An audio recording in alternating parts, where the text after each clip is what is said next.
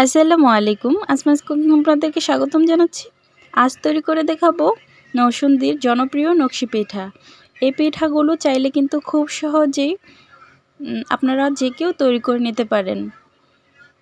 আর খুবই অল্প উপকরণ লাগে। আমি এবার এই পিঠা তৈরি করার জন্য ডোটা সিদ্ধ করে নেব। তার জন্য চুলায় একটা প্যান বসিয়ে নিয়েছি। এর মধ্যে দিয়ে দিচ্ছি 2 কাপ পানি আর দিয়ে দিচ্ছি স্বাদমতো লবণ।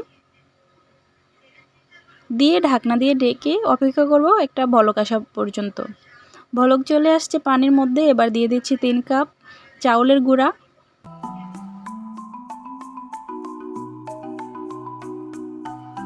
আপনাদের পানির পরিমাপটা কিন্তু কম বেশি লাগতে পারে, একটু বুঝে দিবেন। আমি মাঝখানটা একটু নেড়ে দিলাম, এতে করে খুব ভালো করে সিদ্ধ হয়ে যাবে। চুলার আঁচটাকে আমি লো আঁচে করে ঢাকনা দিয়ে ঢেকে 10 মিনিট রেখে দেব।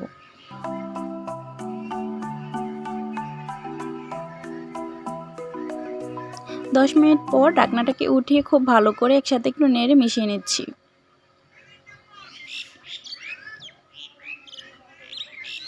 খুব ভালো করে নেড়ে মিশিয়ে নেওয়ার পরে আমি আবারও ঢাকনা দিয়ে ঢেকে 15 থেকে 20 মিনিটের জন্য রেখে দেব। এতে করে হালকা একটু ঠান্ডা হয়ে যাবে আর খুব ভালো করে সিদ্ধ হয়ে যাবে। এটা অবশ্যই খেয়াল রাখবেন, খুব ভালো করে কিন্তু এই আটাটাকে সিদ্ধ করে নিতে হবে, না হয় কিন্তু পিঠাগুলো একদম ভালো হবে না, নকশিগুলো করা যাবে না। আমি প্যানের মধ্যে রেখেই খুব ভালো করে মথে নিচ্ছি, হাতটাকে একটু ঠান্ডা পানিতে ভিজিয়ে তারপর এখান থেকে কিছুটা ডো নিয়ে আমি একটা রুটি বেলে নিচ্ছি একটা নকশি পিঠা তৈরি করার জন্য। উপরে একটু তেল দিয়ে দিচ্ছি, তাহলে পিঠাগুলো অনেক বেশি সুন্দর লাগবে পিঠাগুলো তৈরি করার সময়।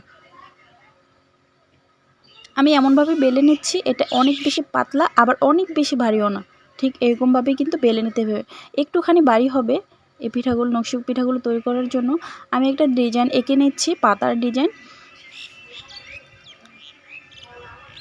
আপনারা যারা নকশি পিঠা একদমই তৈরি করতে পারেন না, তারাও চাইলে কিন্তু চেষ্টা করতে পারেন। আশা করি আপনারাও কিন্তু তৈরি করে নিতে পারবেন। আমি একটা টুথপিক দিয়ে ডিজাইনটা করে নিচ্ছি, সেটা একটু দেখেই বুঝতে হবে। আমি একটা কাটার দিয়ে সাইডগুলোকে একটু কেটে নিচ্ছি। আপনারা চাইলে যে কোনো ক্যানের বোতল থেকে একটু কেটে তারপর এই কাটারটাকে তৈরি করে নিতে পারেন। অন্য একটা ভিডিওতে দেখাবো আপনাদেরকে কিভাবে আমি এই ক্যানের বোতল দিয়ে এই কাটারটা তৈরি করে নিয়েছি। আসলে এটা দিয়ে আমি কখনো আর কাজ করিনি, প্রথমবারই করছিলাম, সেজন্য দেখুন আমার একটু সমস্যা হচ্ছিল। তারপরেও দেখুন একটা দুইটা তৈরি করে নেওয়ার পর কিন্তু একদমই পারফেক্টলি হয়ে গেছে।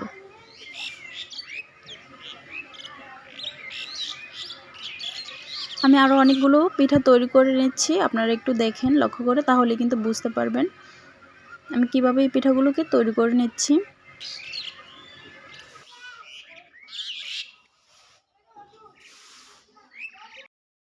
নকশাটা করার পর একটুখানি জায়গা রেখে কেটে নেবেন, তারপরে ওই জায়গাটার মধ্যে কাঁটাটা দিয়ে ডিজাইনটা করে নিতে পারেন।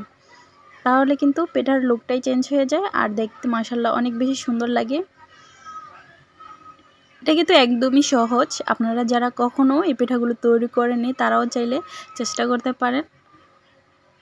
আমার এই পিঠাটাও তৈরি করে নেওয়া হয়ে গেল। আপনারা দেখতেই পাচ্ছেন কত বেশি সুন্দর লাগছে, খুবই সিম্পল একটা ডিজাইন।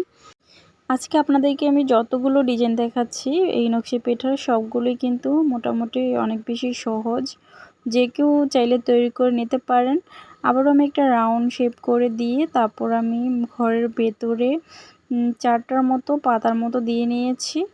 তারপর মাঝখানটায় আমি জাস্ট খুবই সহজ কিছু যেই ডিজাইনগুলো সেগুলো আপনাদের সাথে শেয়ার করছি, যাতে আপনারা খুব সহজে তৈরি করে নিতে পারেন। আপনারা যদি খেয়াল করে একটু দেখেন তাহলে কিন্তু আপনাদের কাছে অনেক বেশি কঠিন মনে হবে না। আশা করি আপনারাও খুব সহজেই এই পিঠাগুলো তৈরি করে নিতে পারেন। আর এই পিঠাটা তো অনেকেরই অনেক বেশি পছন্দের, আমারও অনেক বেশি পছন্দের। আর এই পিঠাটা কিন্তু অনেক দিন পর্যন্ত সংরক্ষণও করা যায়, আমি আপনাদেরকে সেটাও দেখিয়ে দেব কিছুক্ষণ পর। আমি তার আগে কয়েকটা ডিজাইন আপনাদের সাথে আরও শেয়ার করছি। এই পিঠাটাও কিন্তু আমার তৈরি করে নেওয়া হয়ে গেল, এটাকে রেখে দিচ্ছি। আরও একটা কৌটার মুখ দিয়ে আমি একটু গোল করে তারপর একটা একটা করে পাপড়ি দিয়ে একটা ডিজাইনের পিঠা তৈরি করে নিচ্ছি। কত সহজ তাই না এই পিঠাগুলো তৈরি করা?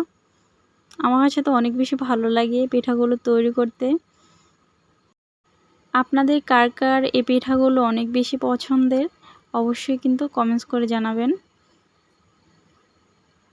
এই পিঠাটাকেও আমি একটুখানি জায়গা রেখে কেটে নেওয়ার পর তারপর আমি কাঁটাটা দিয়ে সাইডটা দিয়ে ডিজাইনটা করে নিচ্ছি। আরও একটা পিঠার ডিজাইন আপনাদের সাথে শেয়ার করছি।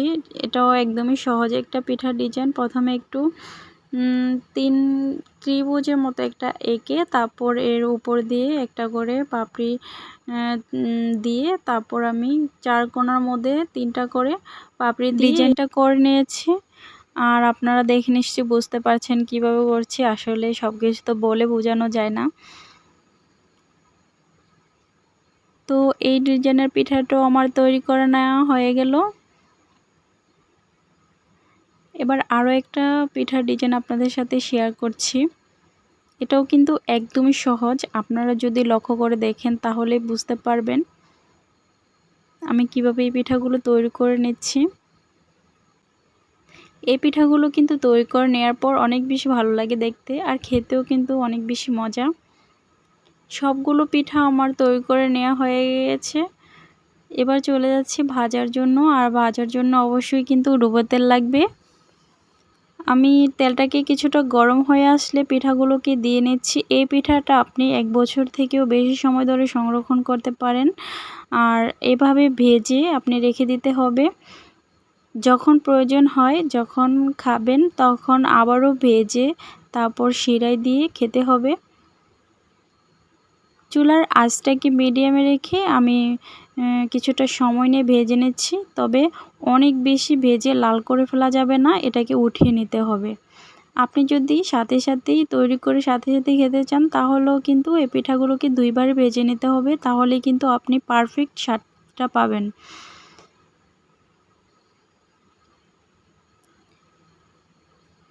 আমি বেশ খানিকটা সময় নিয়ে খুব ভালো করে একটু ভেজে নিচ্ছি। চুলার আঁচ বাড়িয়ে দিয়ে কখনোই ভাজবেন না, তাহলে কিন্তু একদম ভালো হবে না পিঠাগুলো, আর আপনি সংরক্ষণও করতে পারবেন না। আপনি পিঠার কালারটা দেখলেই বুঝতে পারবেন এটা কত বেশি সুন্দর হয়েছে, আর একদম ক্রিস্পি হয়েছে, যাতে এটা সংরক্ষণ করার উপযোগী।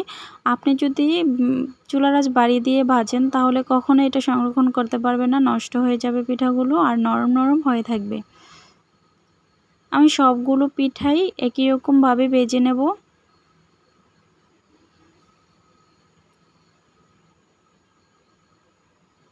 আমি অতটা ভালো পারি না, তারপরও যতটুকু পারি সেটাই আপনাদের সাথে শেয়ার করলাম। আপনাদের যদি উপকারে আসে তাহলে আমাকে সাপোর্ট করবেন। আর আমার এই পিঠার নকশিগুলো যদি আপনাদের কাছে ভালো লাগে ভিডিওতে একটা লাইক করে দিবেন। আর অবশ্যই কোনো কিছু জানার থাকলে কমেন্টস করবেন। আর এমনই সব নতুন মজার মজার রেসিপি ভিডিও পেতে আমার চ্যানেলটাকে সাবস্ক্রাইব করে রাখবেন। পাশে থাকা বেল আইকনটিতে অল ক্লিক করে দিয়ে রাখবেন। এতে করে আমি যখনই নতুন কোনো ভিডিও আপলোড করব সবার আগে আপনার কাছে পৌঁছে যাবে। আপনারা সবাই অনেক ভালো থাকবেন, সুস্থ থাকবেন। আবারও দেখা হবে নতুন কোনো ভিডিও নিয়ে। আল্লাহ হাফেজ।